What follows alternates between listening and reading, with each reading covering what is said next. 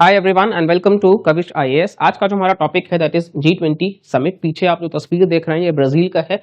2024 में जो G20 summit हुआ है, 2023 का जो हुआ था वो हमारे भारत में हुआ था, 2025 का जो होगा वो साउथ अफ्रीका में होगा। ठीक है, याद रखिएगा। तो 2024 का जो ब्राजील में हुआ है इसको लेकर के हम यहाँ पे डिटेल्ड डिस्कशन करेंगे कि G20 क्या है और साथ ही साथ में इस समिट से क्या इंपॉर्टेंट हाइलाइट्स निकल के आए हैं। तो वीडियो काफी इंटरेस्टिंग और इन्फॉर्मेटिव होगा, पूरा देखिएगा और पसंद आए तो लाइक शेयर और सब्सक्राइब करिएगा। तो चलिए वीडियो की शुरुआत करते हैं। सबसे पहला है कि ये G20 आखिरकार है क्या, इसको हम जानते हैं। तो G20 जो है वो एक इनफॉर्मल ग्रुप है। ठीक है, सबसे इंपॉर्टेंट पॉइंट ये है कि ये इनफॉर्मल ग्रुप है। ठीक है, और ये कीवर्ड है, याद रखिएगा। इसमें 19 कंट्रीज हैं और यूरोपियन यूनियन और रिसेंटली अफ्रीकन यूनियन भी ऐड हुआ 2023 में भारत के G20 समिट में। और यहाँ पर रिप्रेजेंटेटिव्स होते हैं IMF के भी और वर्ल्ड बैंक के भी, लेंडिंग इंस्टीट्यूशंस हैं ये।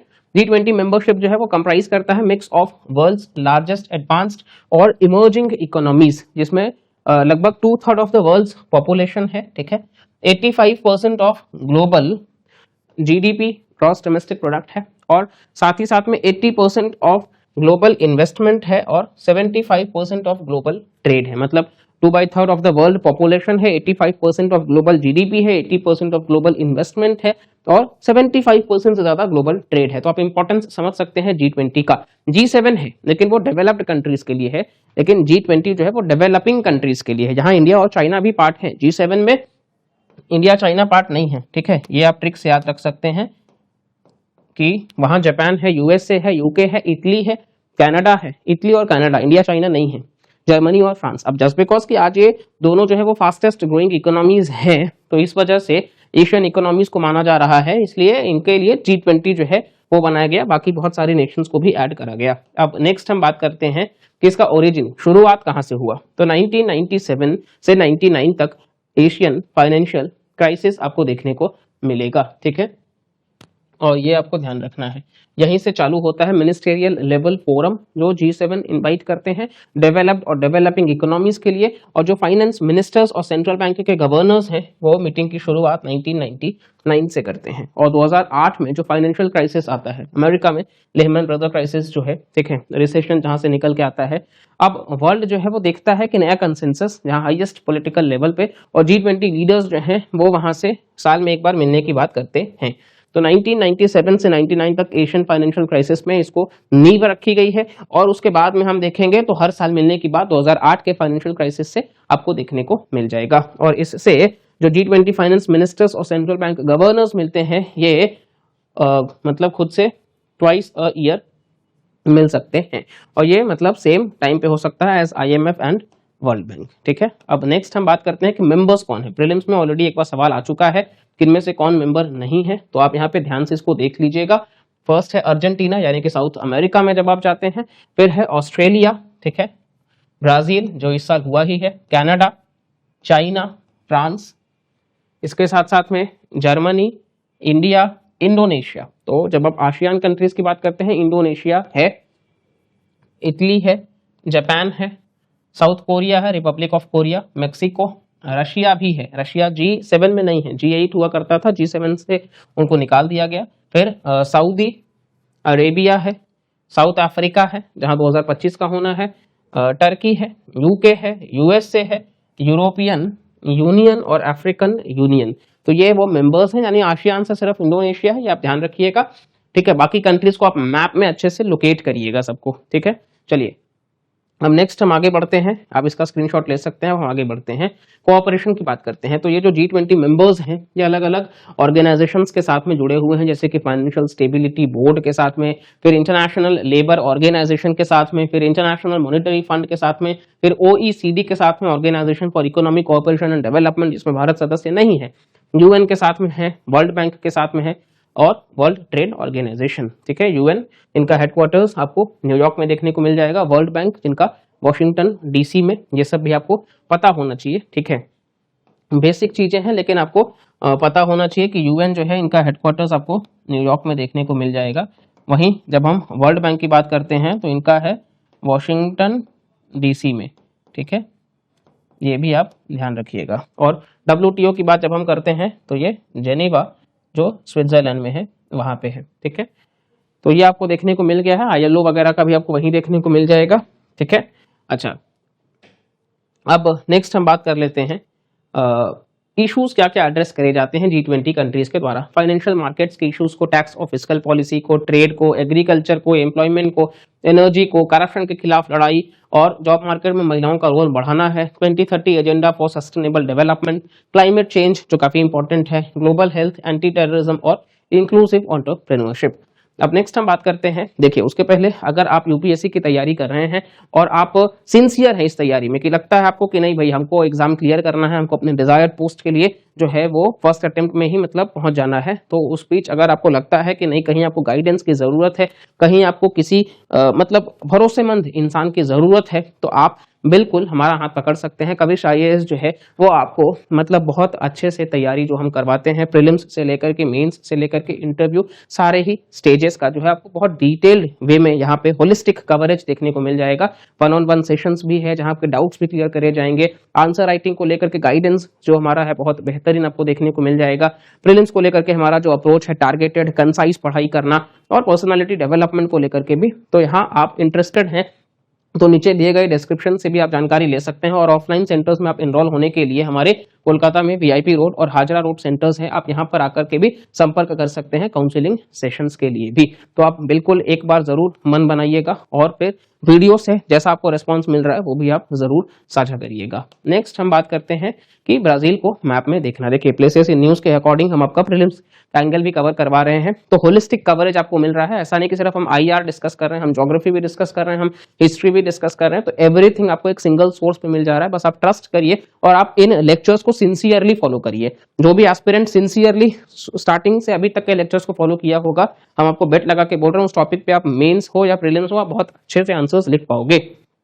चलिए अब ब्राजील की बात हम करते हैं मैप में। तो ब्राजील जब आप मैप में देखते हैं, इसकी राजधानी ब्राजीलिया आपको देखने को मिल रही है, ब्राजीलियन आइलैंड्स ये भी आप देख रहे हैं, और अमेज़न जो है वो सबसे बड़ी नदी, और अमेज़न रेन फॉरेस्ट भी आपको देखने को मिल रहा है यहाँ पे, गियाना हाईलैंड्स भी, ठीक है। अच्छा, इसके अलावा अगर हम बात कर लेते हैं तो यहाँ पे पेंटानल वेटलैंड्स हैं, ठीक है, ये भी आप याद रखिएगा कि पेंटानल वेटलैंड्स जो है ये ब्राजील में ही स्थित हैं। और इसके अलावा नीचे अर्जेंटीना जो हमने देखा है, अकोनकागुआ माउंटेन्स जो है वो भी यहाँ पे, ट्रॉपिक ऑफ कैप्रिकॉन जो है, ट्रॉपिक ऑफ कैप्रिकॉन वो यहाँ से कट हो रहा है, ठीक है। तो ये कुछ ज्योग्राफिकल हैं। रियो डी जनीरियो ये भी आप देख रहे हैं, यहीं पे वो समिट हुआ है, रियो डी जनीरियो 1992 का भी इसको अर्थ समिट भी हम कहते हैं, ये भी फेमस है। अच्छा, इसके अलावा अगर आप देखोगे तो यहाँ पे उरुग्वे वगैरह आपको देखने को मिल जाएगा, और बोलीविया और पैराग्वे ये दो कंट्रीज हैं जो लैंड लॉक्ड हैं। साउथ अमेरिका में दो कंट्रीज जो लैंड लॉक्ड हैं, एक है बोलीविया और एक है पैराग्वे, और पेरू में है लेक टिटिकाका, ये भी आप ध्यान दीजिएगा, ठीक है। तो ये कुछ है जहां से सवाल बन सकता है। ऊपर अटलांटिक ओशन आप देख रहे हैं, इक्वेटर भी यहाँ से कट हो रहा है, तो इक्वेटर का लाइन और ट्रॉपिक ऑफ कैप्रिकॉन दोनों ही आप देख सकते हैं कि ब्राजील जो है ये यहाँ से बाइफरकेट हो रहा है, ठीक है। तो ये आप बहुत अच्छे से, आई होप आपको दिख गया होगा, सब कुछ आपका अच्छे से कवर हो गया होगा। पेंटानल wetlands, Amazon rain forest, Amazon river, ये सारा ही, बिकॉज ब्राजील जो है वो प्लेसेस इन न्यूज के अकॉर्डिंग भी इंपॉर्टेंट हो जाता है, तो आपको ये चीजें बहुत अच्छे से पता होनी चाहिए। चलिए अब हम यहाँ अटलांटिक ओशन आप देख ही रहे हैं। अब हम नेक्स्ट बात करते हैं कि ये जो तस्वीर है ये एक्चुअली G20 का ट्रॉइका है। ट्रॉइका मतलब पिछले 3 समिट्स की बात अगर हम कर लें तो 2022 में जो हुआ वो हुआ इंडोनेशिया में, 2023 में जो हुआ वो हुआ हमारे प्यारे भारत में, और 2024 में जो हुआ वो हुआ ब्राजील में। तो अभी तक के G20 प्रेसिडेंसीज में भारत जो है वो G20 ट्रॉइका का हिस्सा है, ठीक है। अच्छा, नेक्स्ट अब हम बात कर लेते हैं कि यहाँ पर बेसिकली ये जो मैप है, इस मैप में आप G20 कंट्रीज को आराम से देख सकते हैं, ठीक है। आप इसका स्क्रीनशॉट रख सकते हैं। यहाँ पे आपको सारे G20 कंट्रीज जो है वो देखने को मिल जाएंगे। यहाँ भारत, यहाँ चाइना, ऊपर आप रशिया देख रहे हैं किस तरीके से है। फिर इधर हम देखें तो साउथ अफ्रीका आपको देखने को मिल जाएगा। यहाँ आप सऊदी अरेबिया को देख सकते हैं। यहाँ इटली और जर्मनी जैसे देश, UK, फ्रांस और स्पेन भी, नॉर्वे और नीदरलैंड्स भी ऊपर आप देख रहे हैं। यहाँ कनाडा, US, मेक्सिको, यहाँ ब्राजील और अर्जेंटीना, ठीक है। तो पूरे साउथ अफ्रीका ही इकलौता है, ठीक है। इसके अलावा अफ्रीका से रिप्रेजेंट करने के लिए सेनेगल और गिनिया भी हैं। तो ऐसा नहीं है कि अफ्रीका बेसिकली ये है, मतलब फिलहाल उनको गेस्ट कंट्रीज के फॉर्म में इनवाइट किया गया था। तो G20 से बेसिकली आप देखोगे तो महज साउथ अफ्रीका ही इकलौता कंट्री है जो वहां पे रिप्रेजेंट कर रहा है पूरे के पूरे अफ्रीका को। यहाँ इंडोनेशिया और ऑस्ट्रेलिया भी आप देख रहे हैं, ऊपर जापान, साउथ कोरिया, वियतनाम जो है वो भी ऑब्जर्वर के फॉर्म में है और सिंगापुर भी ऑब्जर्वर के फॉर्म में है। तो जैसा कि आपको हम बताए थे कि ऑब्जर्वर आपको नहीं ध्यान रखेंगे चलेगा, मेंबर्स का ध्यान रखना जरूरी है। आप इसका स्क्रीनशॉट रख सकते हैं, ठीक है, मैप अच्छे से क्लियर होगा तो आप इसका स्क्रीनशॉट रख लीजिएगा, ठीक है, ये बहुत रिफाइंड है, ठीक है। अब इसके अलावा अब हम बात करते हैं नेक्स्ट कि ये कुछ तस्वीरें जो है वो G20 की मतलब समिट के दरमियान आपको देखने को मिलेंगी। जैसे यहाँ पे जो बाइडेन जो है उनके साथ में प्राइम मिनिस्टर जो है वो मिलते हैं, क्योंकि यूएस के प्रेसिडेंट डोनाल्ड ट्रंप बन गए हैं लेकिन वो जनवरी से मतलब संभाल रहे हैं, तो उसके पहले जो भी समिट्स होंगे वहां पे प्रेसिडेंट जो है वो जो बाइडेन ही अपने आप को रिप्रेजेंट करेंगे यूएस के तरफ से। तो यहाँ पे मोदी जी की इनके साथ मुलाकात हुई है कि मतलब पॉलिसीज जो है वो कंटिन्यू रहेंगे हमारे, क्योंकि अब यहाँ पे आपको पता है कि भाई ये तो ट्रांजिशन होगा। अब यहाँ पर अभी तक जो पॉलिसीज था वो एक अगर मोमेंटम में चल रहा था तो डोनाल्ड ट्रंप किस तरीके से लेके चलेंगे वो सारे जो है वो थोड़ा सा मतलब स्केप्टिसिज्म हम कह सकते हैं। इसके अलावा यहाँ यूके के आप देख सकते हैं, इनके साथ मोदी जी का मुलाकात हो रहा है स्टामर के साथ में। तो बेसिकली यहाँ पे भी अगेन भारत और यूरोपियन यूनियन जो है वो फ्री ट्रेड एग्रीमेंट के बारे में बात कर रहा है। यहाँ पे एक्स्ट्राडिशन ट्रीटी के बारे में भी बात हो रहा है, एक्स्ट्राडाइट्स को वापस लाने के लिए। तो ये भी आप जो है वो किस तरीके से मतलब जो एक्स्ट्राडाइट्स हैं उस पे बात हो रहा है, ठीक है।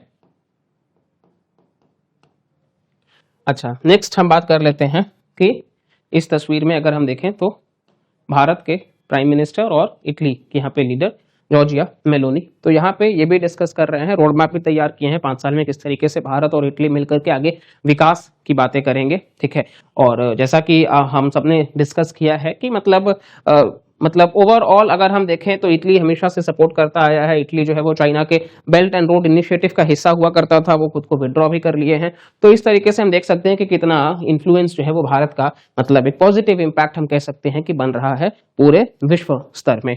अच्छा, इसके अलावा अगर हम बात करते हैं तो यहाँ पे ये तस्वीरें भी काफी वायरल हुई, जहां पे ये दोनों ही काउंटर पार्ट्स जो है वो इंडिया और चाइना के हैं। आप एस जयशंकर साहब को पहचान ही रहे हैं और ये ली वैंग यी। बेसिकली ये मतलब LAC पे जो क्रॉस बॉर्डर पेट्रोलिंग है उसको चालू कर दिया गया है। और अब आगे ये बात कर रहे हैं किस तरीके से हम जो पिछले कोविड के बाद से अभी तक डायरेक्ट फ्लाइट चालू नहीं हुआ है इंडिया और चाइना के बीच में, इसके ऊपर हमने एक चैनल पर ही शॉर्ट्स करा है। तो अगर आपको नहीं पता है वो वजह तो आप वो जाकर के जरूर चेक करिएगा।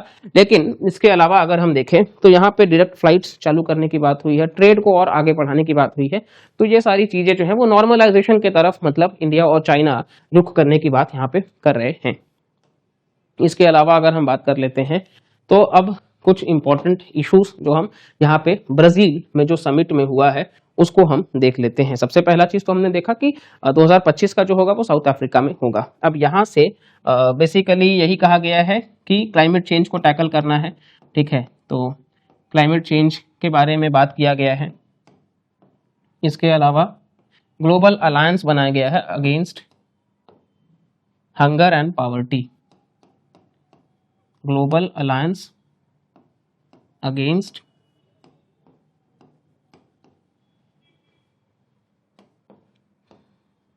Hunger and poverty. 148 मेंबर्स इसमें जुड़ चुके हैं, ठीक है। और इस 148 मेंबर्स में से अगर हम देखेंगे तो European union, African union 82 members, ये सब इंक्लूडेड हैं। अच्छा, इसके अलावा अगर हम देखेंगे भारत भी इसका सदस्य है। 500 मिलियन लोगों को कहा जा रहा है कि मतलब पॉवर्टी से बाहर निकालना बाई 2030, ठीक है। तो ये भी आप ध्यान रखेंगे। अपार्ट फ्रॉम दैट अगर हम बात कर लेते हैं तो यहाँ पे कॉन्फ्लिक्ट रिजोल्यूशन की बात करी गई है, ठीक है। जो भी कॉन्फ्लिक्ट्स चल रहे हैं उनको रिजॉल्व करना, जैसे कि गाजा में जो चल रहा है या जो रशिया यूक्रेन में जो जारी है, किस तरीके से आप सबने देखा होगा इंटरकॉन्टिनेंटल बैलिस्टिक मिसाइल रशिया ने जो है वो पहली बार यूक्रेन के ऊपर इस्तेमाल करा है। उन्होंने अपना न्यूक्लियर पॉलिसी जो है वो भी चेंज करा है। हम उसके ऊपर भी एक अगर आप चाहते हैं तो हम एक वीडियो जरूर लाएंगे, आप कमेंट करके बताइएगा। अच्छा, कॉन्फ्लिक्ट रिजोल्यूशन के बारे में भी बात किया गया है और सस्टेनेबल डेवलपमेंट गोल्स को अचीव करने के बारे में भी बात करा गया है। तो मोटा मोटा ये पैरामीटर्स हैं जिसके ऊपर बात रखा गया है। और मतलब प्लैनेट को बिल्ड करना फ्यूचर को शेप करने के लिए ये एक हम कह सकते हैं कि थीम के साथ आगे बढ़ा गया है। और बहुत हम कह सकते हैं कि ऐसा कंक्लूसिव तो नहीं है।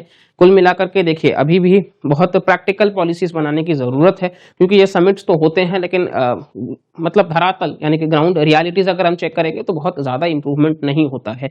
तो इस वजह से कहीं ना कहीं बहुत इंपॉर्टेंट है कि मतलब ज़मीनी स्तर पर इन चीज़ों को इम्प्लीमेंट करना, क्योंकि पैंडेमिक जैसे आया कोविड-19 तो मतलब उन चीज़ों में जैसे लोगों ने मतलब साथ दिया है सबने मिल करके, वैसे ही हम आगे बढ़ करके मतलब हर एक चैलेंज को एक साथ लड़े और हम आगे बढ़ें, क्योंकि विश्व जो है वो हम मतलब हमारा जो पॉलिसी है वसुधैव कुटुंबकम का, तो उसके तहत ही भारत भी मतलब लगातार कोशिश कर रहा है कि वो अपने बातों को हम आगे प्रमोट कर सके। ज़्यादातर हम देखें तो क्लाइमेट चेंज में डेवलप्ड कंट्रीज जो हैं जिनका एमिशंस ज़्यादा है, ठीक है, तो उनका मतलब कहीं ना कहीं कंट्रीब्यूशन भी ज़्यादा होना चाहिए क्लाइमेट चेंज को लेकर के। चाइना के ऊपर भी बात होना चाहिए, क्योंकि चाइना आज बहुत मतलब लगभग $20 ट्रिलियन की इकोनॉमी का साइज है, बट अभी भी वो डेवलपिंग है, तो उनका कार्बन एमिशन बहुत ज़्यादा हो रहा है। तो ये सारी बातें हम कह सकते हैं कि मतलब थोड़ा सा सारे चीज़ों को डिस्कस करके यूनिफॉर्मली जो है वो एक प्रैक्टिकल सोल्यूशन बनाने की ज़रूरत है, ठीक है। और साथ ही साथ में हम ये कह सकते हैं कि हमेशा फ्यूचर इनोवेशन एआई जो है उन सब के बारे में भी हम यहाँ पे बात कर सकते हैं, ठीक है। तो एआई और इनोवेशन इनके बारे में भी बात किया जा सकता है। और फिलहाल के लिए तो यही वो मुद्दे हैं जिनके ऊपर डिस्कशन हुआ है। Apart from that I hope कि आपको ये वीडियो देख करके G20 के बारे में बहुत अच्छे से अंदाजा मिल गया होगा, ठीक है। इनका कोई परमानेंट सेक्रेटेरिएट नहीं है, हर साल जो है वो चेयरमैनशिप रोटेट होता रहता है। जैसे 2023 में भारत को मिला, 24 में ब्राजील को, 25 में साउथ अफ्रीका को, इस तरीके से है जो मेंबर कंट्रीज को दिया जाता है। और जैसा कि ओरिजिन हमने देखा कि 1997 99 के फाइनेंशियल क्राइसिस से फिर 2008 के फाइनेंशियल क्राइसिस और एनुअली मिलने की बात वहां से फिर चालू होती गई। अलग अलग लेवल पे चीज़ों को इम्प्रूव भी किया जा रहा है, ऐसा नहीं है। साथ मिलकर के टैक्स जो इवेजन होता था उसको यहाँ पे कंट्रोल करने की भी बात हो रही है। जैसे हमने देखा भारत और यूके एक्स्ट्राडाइट्स की बात कर रहे हैं। तो देखिए प्रोज और कॉन्स दोनों ही चीजें हैं, लेकिन हमने यहाँ पे कंक्लूजन की भी बात करी है, ठीक है। तो आई होप आपको ये वीडियो काफी इंटरेस्टिंग और इन्फॉर्मेटिव लगा होगा और आपको G20 के बारे में क्रिस्टल क्लियर गाइडेंस मिल गया होगा। अगर फिर भी मन में कोई डाउट है तो आप कमेंट करके जरूर पूछिएगा। और साथ ही चैनल पर और भी इंफॉर्मेटिव वीडियोस मिलने वाले हैं, तो आप चैनल से जुड़े रहिए। कैसे? सब्सक्राइब करके, और वीडियोस पसंद आए तो लाइक भी करिएगा और मैक्सिमम लोगों तक शेयर भी करिएगा। तो मिलते हैं अगले वीडियो में, तब तक के लिए bye bye, take care and जय हिंद।